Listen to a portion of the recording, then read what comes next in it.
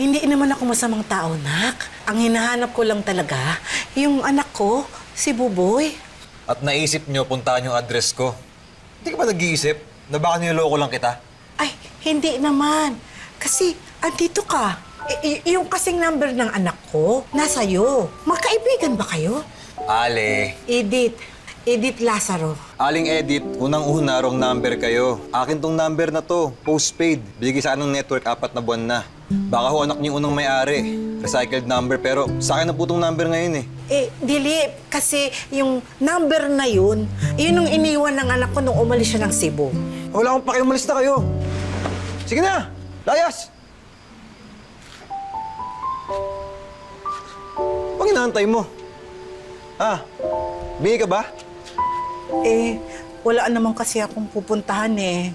Bago lang ako sa Maynila. Ngayon lang ako lumuwas dito. Lang yung buhay to, di ka na problema yan. Bakit ka ba kasi kumikilos ng walang kasiguraduhan? Ha? Walang plano. Sige na. Biglaan lang kasi anak eh. Nagbagyo sa amin sa Cebu. Inanod yung bahay namin ng baha. Tapos yung asawa ko, tsaka yung 2 kong anak, at yung nanay kong 80 anyos, namatay sila. Dami mong sinasabi, oh. O ito, ha. Abuloy. Sige na. Marami pa akong gagawin. Sige na. Ano?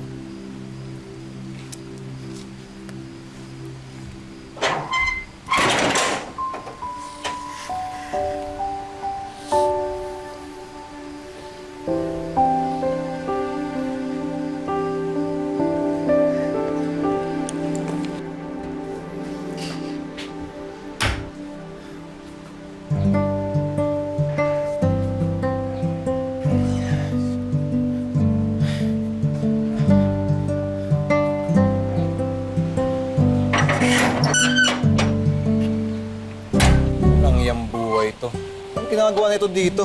Ano ba? Di ka pwede mamatay dito. Grabing abala naman to. Ale, gising! Uy! Ale! Buti naman buhay ka pa. Bakit ka ba dyan natulog? Mandadami ka pa pag may nangyaring masama sa'yo eh. Kung may sakit kayo, pumunta kayo ng ospital.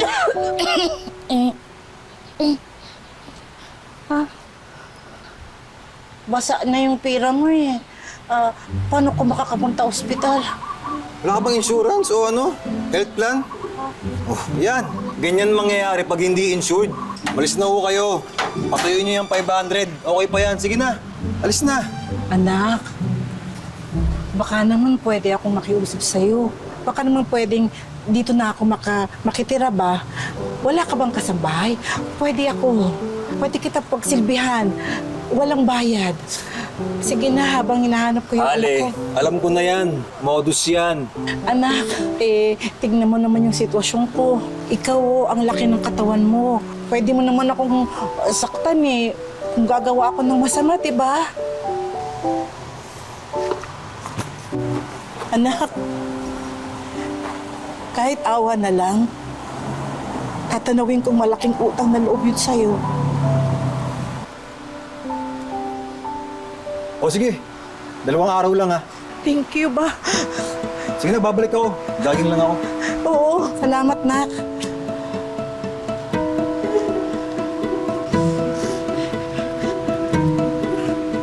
Ayun nga po yung kagandahan dito. Hindi lang siya basta insurance. Investment din siya. Kaya sigurado, lolobo po yung pera nyo. Kesa naman sa mga bangko na ang liit ng interest, di ba po?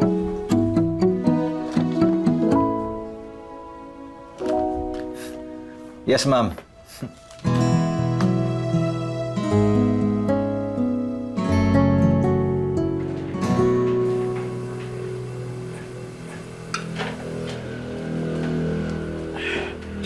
Aling Edith, bakit yung ginamit yung brand yung kaldero ko?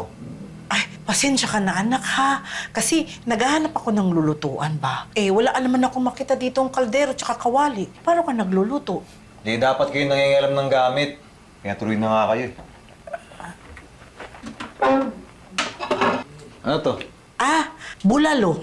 Ay, huwag kang mag-alala. Kasi hindi ko naman ginalaw yung stocks mo. Ha?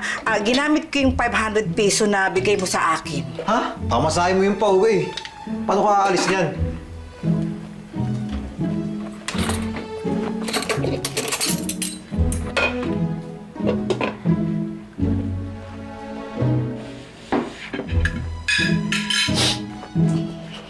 Hindi ka ba kakain?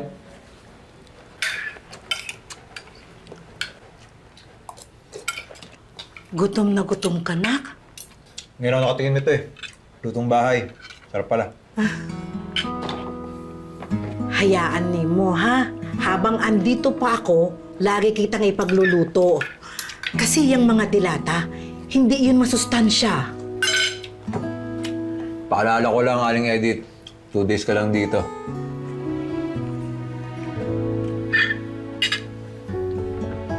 Sige na. Bukas. Sama ka lang maghanap kay Buboy. Para makaalis ka na agad.